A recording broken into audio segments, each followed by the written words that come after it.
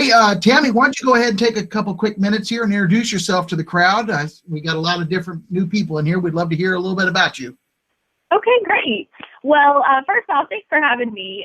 Anytime I get to talk to a group of educators, it's such a treat. I work for the Teachers Credit Union, and I've actually worked for them since I was 17 years old. I started on a school to work internship, became a teller my senior year, and never left.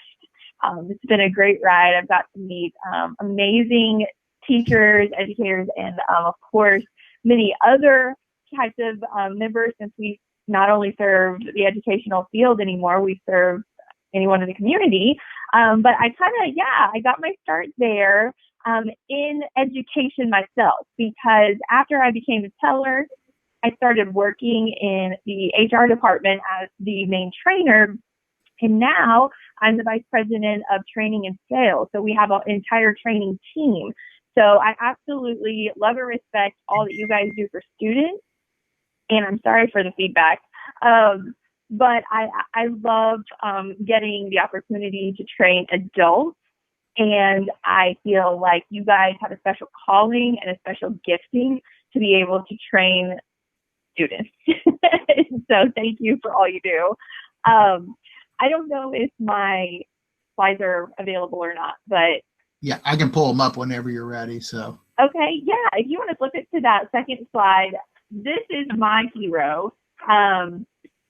So basically, not only do I work at the credit union as my main function is really to coach and develop our leadership team. We have over 100 managers now that we are spread throughout Indiana, Kentucky, and Tennessee. And so, yeah, I get to work with our leaders, and then I have a side business where I get to coach, do life and business coaching on the side. But I say that this woman right here, my middle school English teacher, is my greatest hero, because she went from being my teacher and my cheerleading coach to becoming a friend and a mentor throughout the years. So hats off to all of you teachers that work with kids day in and day out and truly invest in them and change their lives for the better. I know that's what it took for me to be all that I am today. And so thank you for what you do. All right. Well, let's get started. Outside of work, I have an awesome husband and 3 children, and I just had my 3rd child almost a year ago. So 2 girls, a 13-year-old, a 6-year-old girl, and then a almost 1-year-old boy. And I know from my experience in trying to work and homeschool, if you want to, press on to that 3rd slide there, I get this look a lot.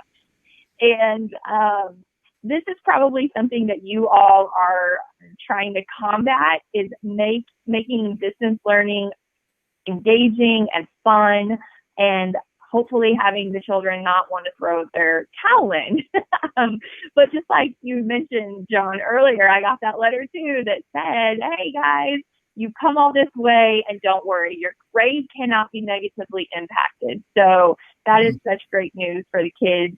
But yeah, no, really, this whole COVID-19 pandemic has really flipped everyone's world upside down. And I am not that calm as the mom in the picture.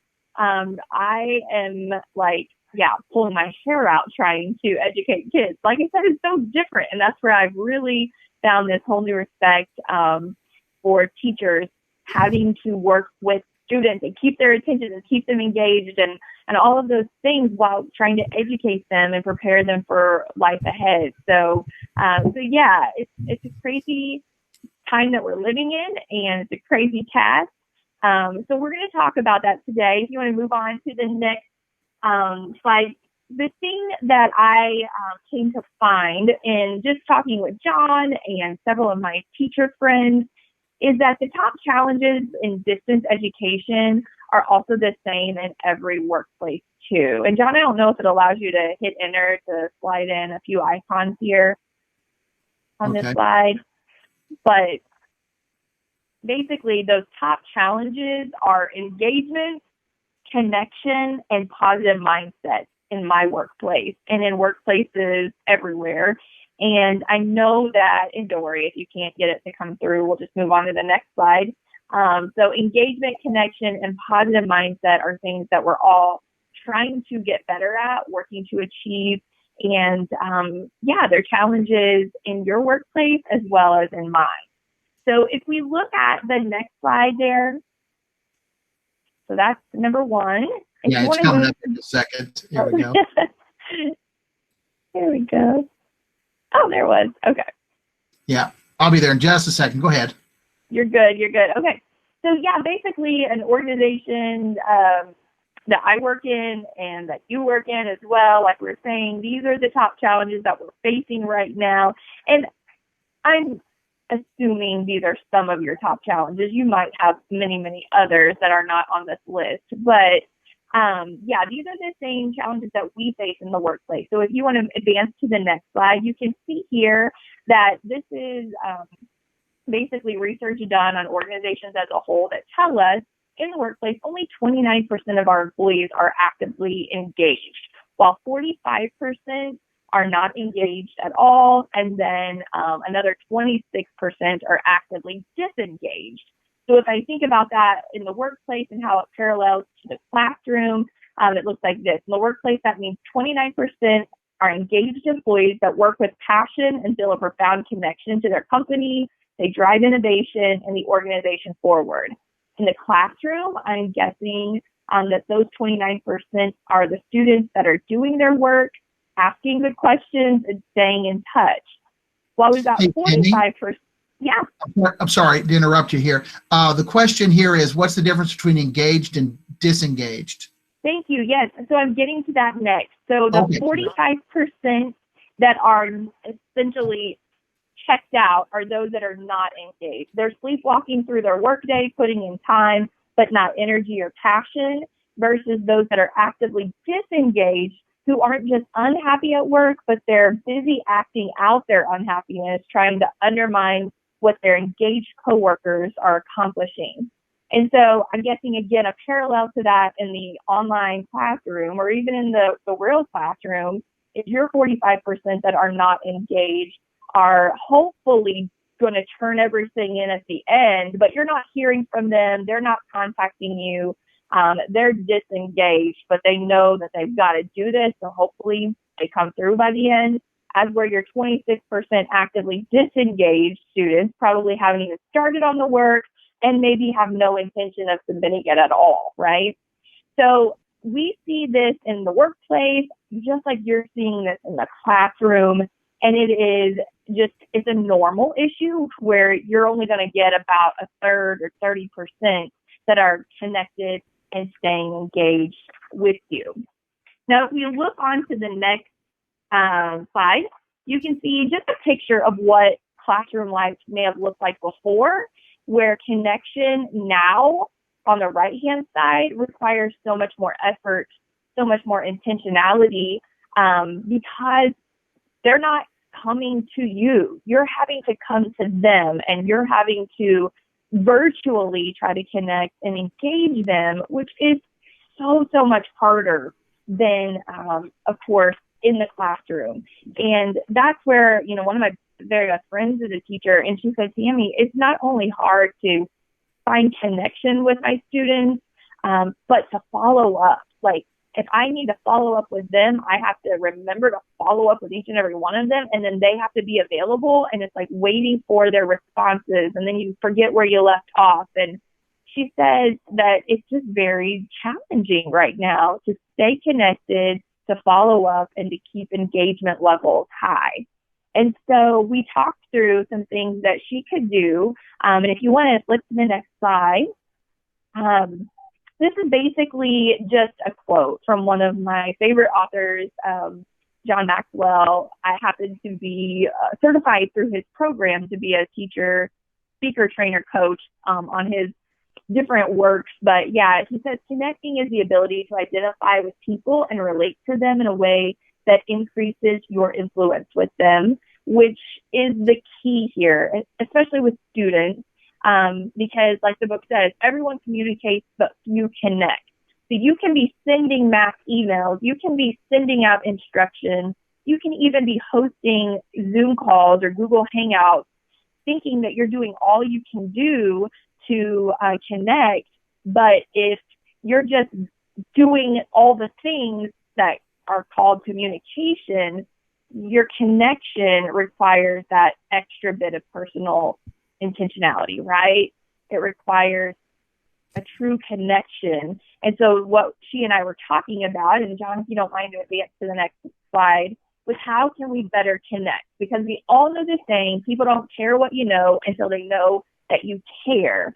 And so to connect and not just be communicating what needs to be done, but truly connect with the students so that they want to do what needs to be done and so they want to meet your expectations, is to start each video conference or Zoom call with your students with an open mic, right? Giving the students a stage to be heard and seen. And so an open mic might look like, and I don't know if the slide went kind of funny for everyone. Maybe nod your head if it looks like a piece of sheet music that's blurry. There we go. There it is. But yeah, so maybe starting out, first of all, hosting things like this with your students is huge. It's so helpful, especially I'm noticing with my child. But then this selecting a theme for the open mic is when you ask a question just like you did at the beginning of this call, John. When the shelter-in-place order list, what is the first thing you're going to do? Or share a picture. Have everyone take a picture on their phone and share a picture of their most positive experience from last week. Maybe it was a fun selfie with their sibling, or maybe it was when they went outside and they saw a beautiful flower. Who knows? But they share a picture on screen. They share their happies and crappies. This is a really popular one in my daughter's youth group. They just start out every meeting sharing their happy, moments from that week and their crappy moments from that week. And they all kind of relate and empathize with each other. Next is show a 3D model of something you built or a canvas you painted. Or lastly, do a conversation starter question. And you can kind of Google dinner time conversation starters, or you can go to even my website and under freebies, I've got a list of 10 great dinner time conversation starter questions. And they're just things to get people chatting and talking and finding common ground. So when you start your educational meetings with something fun and engaging, then you've got their attention, you've got their buy-in, and you can, like I said earlier, show empathy and relate to them. And you really, again, show that you care, and that helps them know that you care before they care what you know. Next, follow-up. Oh, man, this is so hard in every area of life, right? So we have to set weekly checkpoints for work to be completed. Schedule yourself a reminder to email each one on specified dates. And I'm sure you do this and have an awesome system for this. So I'm not telling you anything you don't know here. But then also maybe tell them, hey, and I know we're at the end of the year now, but if this does continue, maybe you have a monthly party or an end of semester or end of grading period party where everyone dresses up in a specified theme, whether it be Hawaiian, 80s, whiteout, whatever. They bring their favorite snacks to the party and show it off on camera. You maybe do a scavenger hunt or bingo or trivia. And this is something I just did for my daughter's 13th birthday in quarantine, was said, like as far as the scavenger hunt goes, I had a list of 10 or 15 things. And I just told all the girls, they were in 9 different boxes on the Zoom call. I said, go get your favorite t-shirt. And they came back and held up their favorite t-shirt. And the first one that came back got 10 points. Everybody else got 1 point for that one. And then we did it, with your favorite snack. Go get a picture from your childhood. Go get your favorite toy and, different things just to have this fun, like, interactive scavenger hunt online. All right. So if we're moving on to the next slide, this is where it gets really good, right? So talking about ways to connect and engage is one thing, but how do we not only help our students have a positive mindset in the midst of so much change and uncertainty, and how do we keep a positive mindset, right? And I'd be, doing you a disservice if I said all you have to do is think happy thoughts or think about positive memories. Like, really, what good does that do beyond a temporary fix?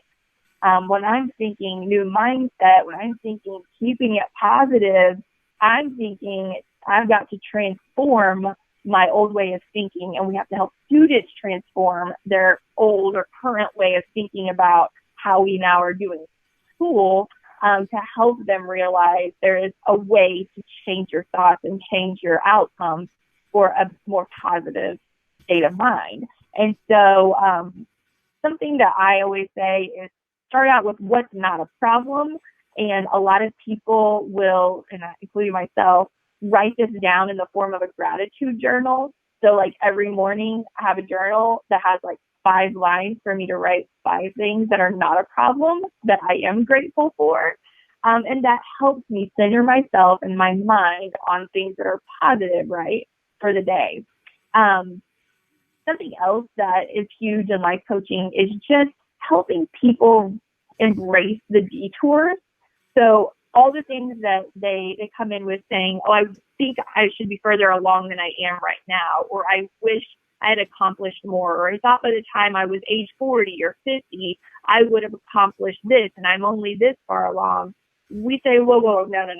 We need to talk about those things that you resent, those roadblocks, those obstacles or challenges, and embrace them and take what was learned from them that made you who you are today, that you couldn't have possibly been without the richness of those experiences. And so even in doing that with our students, like this COVID pandemic, it's not ideal. And what it's causing for all of us is not expected, which makes things not as easy, right? But what can we learn? What have we gained from this? And how can we use the good things of this time period to propel us forward? Something else is a morning routine, starting your morning with 5 things that are an investment in yourself, right? This is so important. I feel like it is the foundation for success. It's starting the morning with an investment in myself means drinking a bottle of water when I first get up, doing a little bit of exercise, doing my gratitude journal. I either read a leadership book or a Bible or devotional, podcast while I'm exercising typically. A lot of people need to get their creative juices flowing, and they paint or craft. Maybe they learn, an instrument and do some guitar practice. Different things that, pertain to you and what brings you pleasure and would be an investment in you is what it's all about. So if you move on to that, increase your thinking capacity. Yep, right there. That is, taking that another approach to the whole thinking and getting your day and your mind right is, again, taking responsibility for our thoughts and realize we can change the way we think, because what we think determines who we are, and who we are determines what we do. So we have to upgrade each thought. So moving on to that next slide, this is a thinking model, okay? And this is something that, we start out with the circumstances, and those are always neutral facts of our lives. Circumstances do not have emotion tied to them. They are simply a fact that everyone can agree on. But then from there, the circumstance triggers our thoughts. And this is where the rubber meets the road. And this is where we choose if the glass is half full or half empty, because these are the sentences that we put in our head. So it's an interpretation of that fact. It can vary greatly from person to person, but you get to choose your thoughts, right? And your students get to choose their thoughts. Are they going to look at this in a negative light? Or are they going to look at it in a positive light? Because then that thought causes their feelings. And then those feelings that they're feeling causes their actions. And then those actions give us the result or the outcome that we see. And so if we look at an example of this, John, maybe we can do this together somehow on the next slide. So you're going to see just instead of thinking this, try thinking that. And then we're going to look at our own example if we have time. So I don't agree or understand. Instead of thinking that, try thinking, what can I learn from this? Instead of thinking I give up, try thinking I'll use some of the strategies I've learned to try again. Instead of thinking this is too hard, try thinking this may take more time and effort, but I will get there. Instead of thinking I can't, try thinking I can always improve and keep trying. Instead of thinking I made a mistake, think mistakes may help me improve and grow. Instead of thinking I'm the best, try thinking what knowledge can I impart to others as well as learn from others. And lastly, instead of thinking it's good enough, and this is a big one for students, have them start thinking, is this really my best work? Can I give it more effort and provide I want to better kind work? of just step in on this just for a bit, because I know we're kind of getting close to our first 30 here. But when you look at this list here and this changing of the mindset, I mean, really, how do we say that to the kids when the kid says, I'm done, I can't do this, whatever? What is it, do we really say, let's try this other strategy? Or, I mean, what would you say that we share with those kids at that moment? Yeah, absolutely. I feel like we treat them like we would treat our own kids. And when my daughter gets frustrated and says, I don't understand this, I don't get this, I'm done, I say to her, you're not a quitter. You know that it's so important to your growth and development to understand this. So let's take a break. Let's retry this again. And let me explain it a different way. You tell me. And sometimes I think it's really important, and you guys have probably already done this, but just having the students try to present the material, like they look at it in advance and then they come on or to you and they say how they think it could be taught or presented, and see if others understand that. And yeah, it is. It's hard with kids because it is easy to throw in the towel, especially if they were to know their grade wasn't going to change anyway. But thankfully they didn't know that. Yeah, they didn't know that. Yeah. So can we bake this into the instruction somehow? I mean, can we do this proactively? Would that be beneficial then? What was the question? I'm sorry. So could you be proactive in this? So as you are creating those instructions and that lead up to the, here's what I want you to do, can you bake some of these comments or some of these ideas in and say, look, I know that this is going to be hard for some of you, but, and then kind of, so you're not waiting for the kid to hit that wall, you're kind of giving it to them in advance? Yeah, absolutely. And, just like we do at work, we'll have, people get to that point and then they make themselves work through it or whatnot, to some degree they just make it by. But we have sessions like this where we, absolutely start off the meeting saying, hey, let's just take a minute to say, if you're feeling this way, how can you change that thought? What can you change that thought to? Because the thought that's negative that you're feeling is not serving you. It's not going to get you from A to B, and we got to get to B. So what thought will get you there? And ask them, you come up with some different thoughts or ideas or things, ways of thinking that are going to serve you and help you get the result that you want. Because the negative thought is not going to give you the outcome that you want. So can we maybe leverage some of that frustration to that? Because we can't lawnmower the path for them, right? I mean, we do have to let them struggle a little bit to kind of get that. So where's the balance there? Yeah, absolutely. I think, and I don't know what kind of schedule and timetable you guys use with each of your kids. I know with Madison, when she was struggling in math, the teacher gave her about a 2-week period, and this was in the very beginning when this happened, before she started knocking on her email door, right? So it was like, okay, you give them the breathing room, you give them a chance to come through, and if they don't, then you obviously are reaching out and trying to ask what's holding you back, what barriers are you facing, are you dealing with, and what can I do as a caring teacher, a caring adult in your life that wants to help you remove those barriers. And yeah, absolutely propose that, hey, if you're thinking that this is too hard, then let's change that thought to, this may take some more time and effort, but you can get there. And you put those thoughts in their head, because let's face it, some kids don't have the parents or support to give them the proper thoughts in their head. And so it comes down to your encouragement very often, I'm sure. I'm going to interject for just 1 second, because it is 7:31 technically now. So if any of you need to dip out right now, feel free to do so. Don't feel obligated to stay if you don't want to. Totally appreciate you joining us, though. But if you want to continue with this, we do have some more time, I'm sure. So feel free to hang out with us. I think somebody was getting ready to add something in there too. I think we just have the one more slide, and then maybe there's one with a quote at the end. Okay, awesome.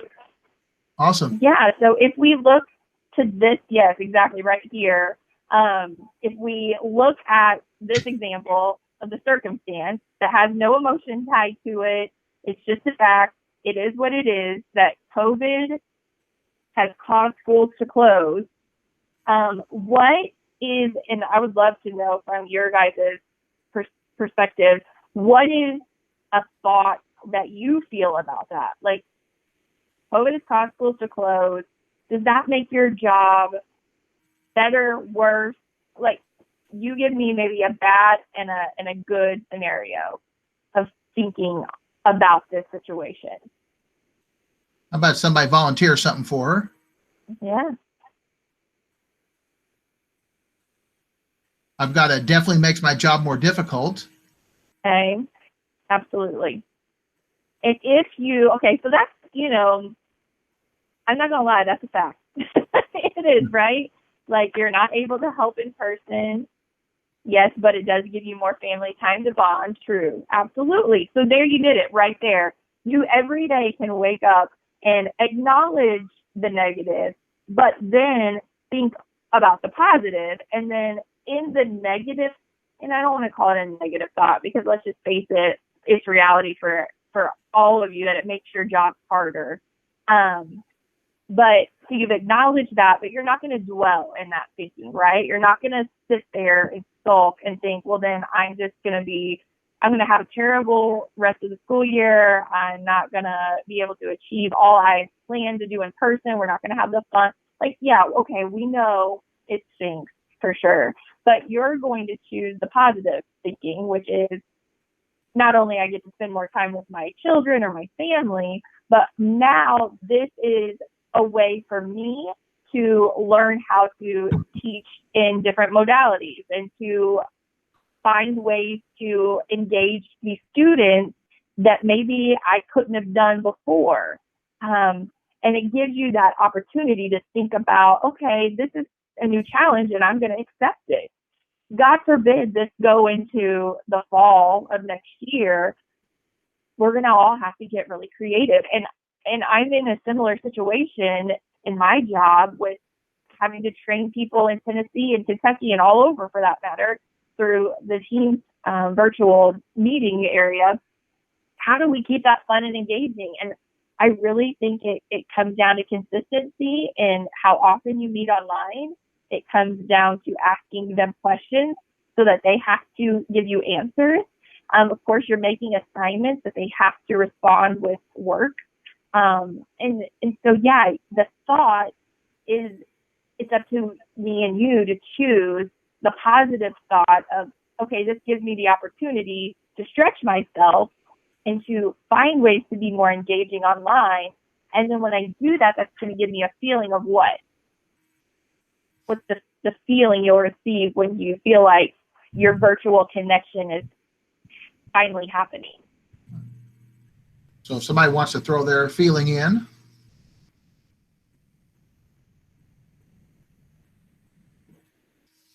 So maybe the feeling would be, relief, accomplishment, joy, self-fulfillment. I did it. Yeah, absolutely. And then your action from that feeling is going to be more positive actions that are going to keep you motivated and inspired to be consistent. And then your outcome is going to be more engaged students that are happier themselves, providing better work, because when people are happy, they are more productive and they do their best work. Absolutely. Yep. So that's, just one example of how our thinking truly does affect our outcomes. And so, yeah, with that last slide there, you can just see this great quote from Thomas Background: "Nothing so conclusively proves a man's ability to lead others as what he does from day to day to lead himself." And so if we want our students to be positive and we want them to establish a good foundation to start their day. It's a great thing to do ourselves and to use this thought model to show up in the world like we want, and to choose thoughts that serve us well instead of thoughts that negatively impact us and those around us. And when we do that well ourselves, then of course that transfers to our students, and they can learn from us. Awesome. Hey, and so while we're talking about a little bit about kids, Yeah. What is something we can tell the parents? I mean, obviously, teachers can, lift each other up, and we, are probably, used to lifting kids up. But what about that parent? Because I know Diane Dillard here made a comment earlier. Somebody made a comment about, talking to parents and stuff. And, what do you say to that parent? Hey, Tim, we call you home. Where's Madison's homework? And you're like, oh, yeah. Ugh, what am I going to do with this girl, right? Oh, there she is, Nancy Maz. So, I mean, what do we tell the parent? What out of this do we give the parent? Yeah. So you're saying when a parent doesn't take responsibility for making sure their kids' work is done?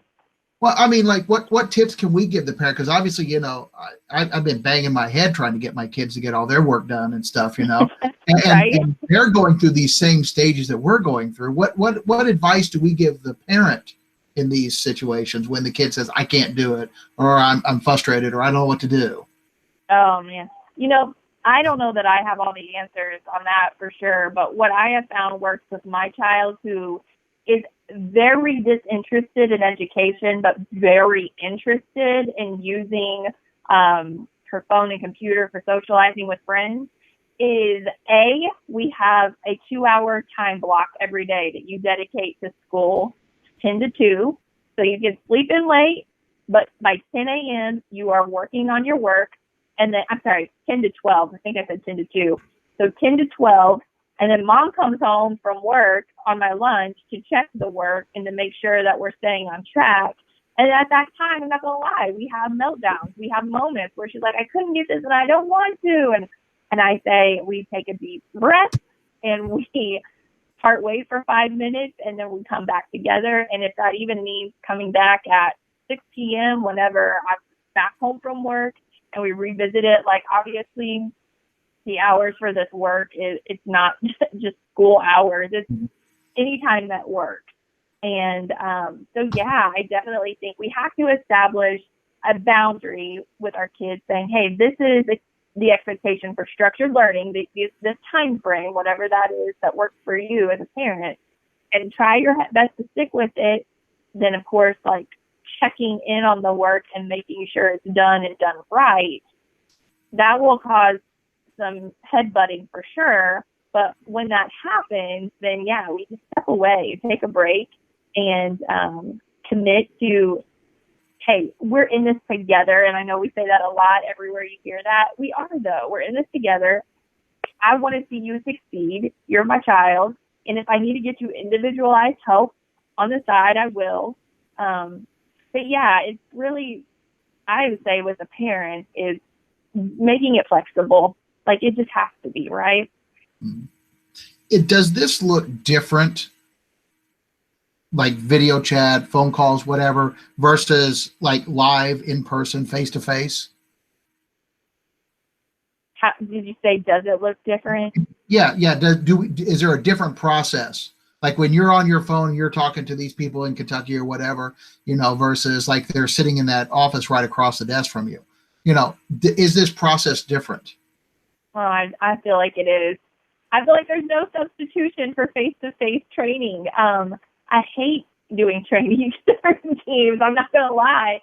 But because we have to do it, we lose so much of the physical connection, right? We lose so much of the getting to know you and chit chat, and it's not as rich as in person online because we're like cutting straight to the chase. We're shortening the days, but we're packing more in, of course, during that time. So we have to stay on track and we have to stay on focus. And so, yeah, it does look different. And I do feel like the new employees learning from a distance at their homes, I feel like there is a bit of a disadvantage for them. And just like it as teachers, your kids, they're not getting the full effect as if you were standing in front of them, walking them and guiding them through things. So because there is that lack of, there's just that lack of personal touch and personal interaction, I think that's where we got to get really creative on how to still keep it fun and engaging and challenging to where they want to be a part of it. And I think it's as simple as, with Maddie, some of her teachers have provided an optional Zoom. I don't like optional, for one. I want it to be mandatory this day at this time. Yeah. And secondly, I think just starting with that fun question or that open mic type of time period to let 5 or 10 students share their answer engages them and gives them something to look forward to so they want to come on the Zoom. Would you agree with me if I said that, that helping kids be positive, it really starts with us, though? If we're not positive, we're not going to make them positive? Absolutely. Yes. 100% yes. And that's the thing. That last quote is saying that a man's ability to lead others is what he does from day to day to lead himself. So it does start with us.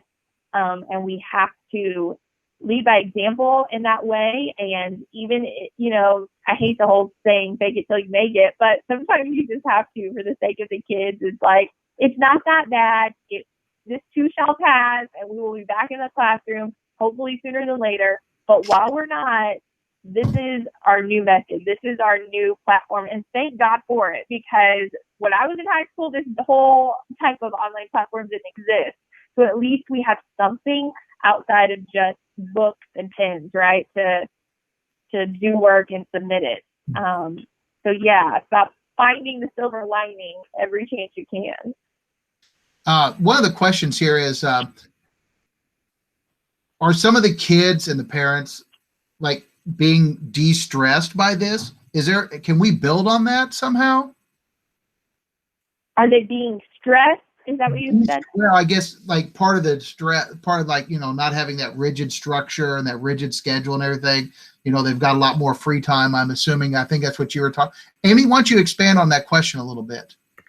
I think we just have to look at this from a trauma-informed perspective and think that as much as we are people who love school, there might be kids who even don't like the social aspect of school, or who are introverts who prefer this remote learning. So I think we can't avoid that.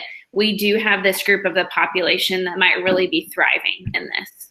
You're exactly right. And, I was listening to a podcast with John Maxwell last week who said he really believes, and I do too, that after this, learning will look different. Like, not only, high schools, middle schools, colleges, it will, across the board, I think this will become more of an option. And I don't know how that will all logistically work. Will it be the same teachers that teach in the classroom that now offer the same type of learning online, or will it be different teachers in the high schools? But yeah, I think you're right that it is going to be a more prominent option that is offered, because there's going to be a segment that thrives and does better in this type of environment than in the physical environment. You're absolutely right. Awesome. Do we have some other questions here? Or?